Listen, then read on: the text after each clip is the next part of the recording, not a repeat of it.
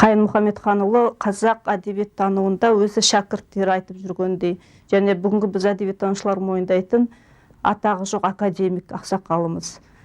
Бұл кісінің еңбегі қазақ әдебиеттануының басына түскен қиыншылықтардың айнасы сияқты. 1951 жылы Абайдың оқу шәкірттері, Абайдың айналасы, яғни Абайдың мектебі деген тақырыпта Қайын Мұхамедханұлы әдебиет тіл және өнер институты деп аталатын. Бұрын осы институтта біздің академияда кандидаттық диссертация қорғаған. Сол жылы белгілі енді себептермен өзіңіз білесіз, Бекмаханов, Есмағамбет Смайылов, Қажым Жұмалиевтердің сотталған кезде бұл кісінің де жұмысы сондай қазақшыл, түркшыл болып табылып, яғни Абайдың мектебі болмау керек. Абайда қайдағы мектеп деп, Абайға қимаған мектеп бір, екінші Абайдың мектебі деп бұл кісі ғылыми жұмысында Шәкәрімді айтып кеткен болатын. Екінші Көкбайды айтып кеткен болатын. Бұл екі есім ол кезде Алаш Орданың тікелей бір қаһармандар ретінде тыйым салынған есімдер еді. Сондықтан жас зерттеуші Қайын Мұхамедханұлының жұмысы сол жылы қорғалған жылы қайтадан жабылды деуге болады. Жолдасым Болат 5 жасында қалған екен әкесінен. Бұл 37 жыл. Осы 5 жастағы бала әкесі туралы көп мәліметті білмейді. Ол кезде туған туысқандар бір-бірінен алыстау болады. Жаңағы жағдайға байланысты. Бірін-бірі онша танымай кеткен. Кейіннен тіпті бірталай жаңағы атамыз туралы мәліметтер жинала бастады. Оған мен өте қуаныштымын. Мен атамыз үшін істі бастап, сол істі әлі жалғастырып келем. Толығынан әлі табылды деп айта алмаймын да. Бірақ істің бастамасы көп бағыттар берді.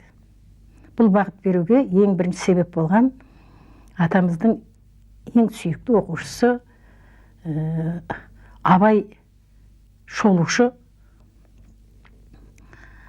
бүкіл Абайдың өмірін өте жақсы білетін, Абайды танытушы еліміздің үлкен ғұлама профессор Қайым Мұхамедханұлы. Қазір осы мінекей 90-нан асты. Ылғи да кездесіп әңгімелесеміз. Міне осы ағай үлкен себеп берді. Себебі ұстазым деген әні де бар жазған өлеңі. Сол ұстазының құрметіне ұстазым менің 70 жасқа толды, 80 жасқа толды, 90 жасқа толды.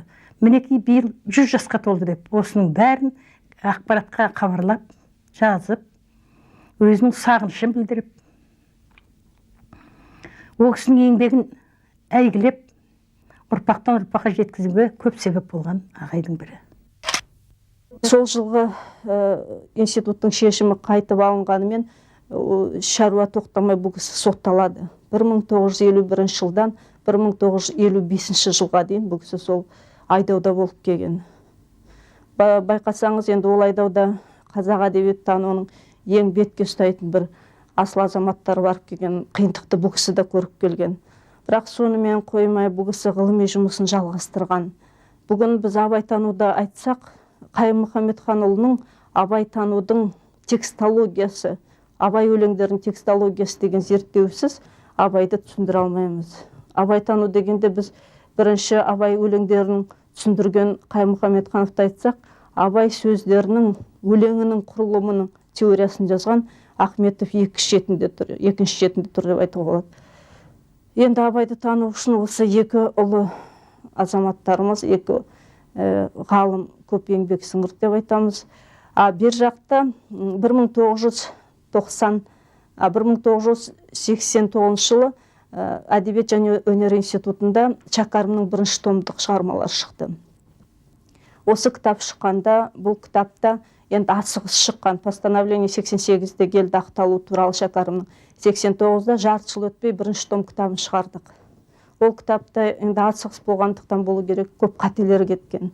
Сол кезде Қайым аға Семейде отырып, сол кітапта кеткен қателерді көрсетіп, сөздердің дұрыс қолданбаған, және араб парсы сөздерінің түсініктемелері берілмеді ғой деп үлкен ғылыми мақала жариялаған. Енді біздің ғалымдар ол сынды қабылдап отырып, және әттеген-ай дегенді түсініп отырып, біздің сол кездегі институт директоры академик Қирабаев сол Семейден Қайым ағаны шақыртып, біздің институтқа абайтану бөлімін ашып, қызметке шақырды. Сол 93 жылдан 97 жылға дейін Қайым аға осы біздің әдебиет және өнер институтында қызмет істеп кетті. Және абайтануға деген өзінің өмір бойы іліп келе жатқан ойын сол кезде іске асырып кетті деп ойлаймын. Ойлаймын мен енді, бұл әбден 5 жастан кейін бастап әкені көрмеген, қиыншылық өмір көрген, тамақ тойып ішпеген, киімді кие алмаған, сөйтіп жүрсе де мектеп бітіріп, жоғарғы білім алып, отбасы болдық. Болаттың жолдасымның бұл Жарма ауданынан. Менің де әкемнің өскен жері мынау Шыңғыстауының бөктері дейміз, мына Жарма ауданы. Біздің үлкен аталарымыз бір-бірін біледі. Ал енді кейіннен мектеп бітіргеннен кейін қалайда мен бір ағайыммен жолдас болады. Сол біздің үйге жуық жүретін өзі. Дене тәрбиесінің мұғалімі болғанда бұл кісі жалықпайтын. Мына секция дейміз ғой, факультатив сабақтарда үйірмелер. Сонда мына бұл кісіге менің бір таң қалатын жағдайым, тек қана өзінің әлгі бітірген мамандығы бойынша күрестен ғана емес, күрес болғанда бұл классика кейін шықты ғой. Еркін күрес, қазақша күрес, оны жаңа классикалық күрес, осы күрестің бәріне де бара береді. Бәрінде оның тәсілдерін біледі. Оны шахматтан да қатыса алады. Коньки, лыж дейсіз бе, ол суда жүзу барлық түрінен. Осы түріне ауылдағы балалардың барлығын үйретеді. Абай өлеңдерінің бірінші томдығын қарасаңыз, Қайым ағаның еңбегінің сол өмір бойы жаңағы 50 жылдардан бастап бергі жақтағы еңбектерінің нәтижесі. Абайдың әр жолын, әр үтірін, әр сөздің тұлғасын, мағынасына қарай түсініктемесі. Бұл енді түсініктеме деген жазудың өзіне үлкен білім керек.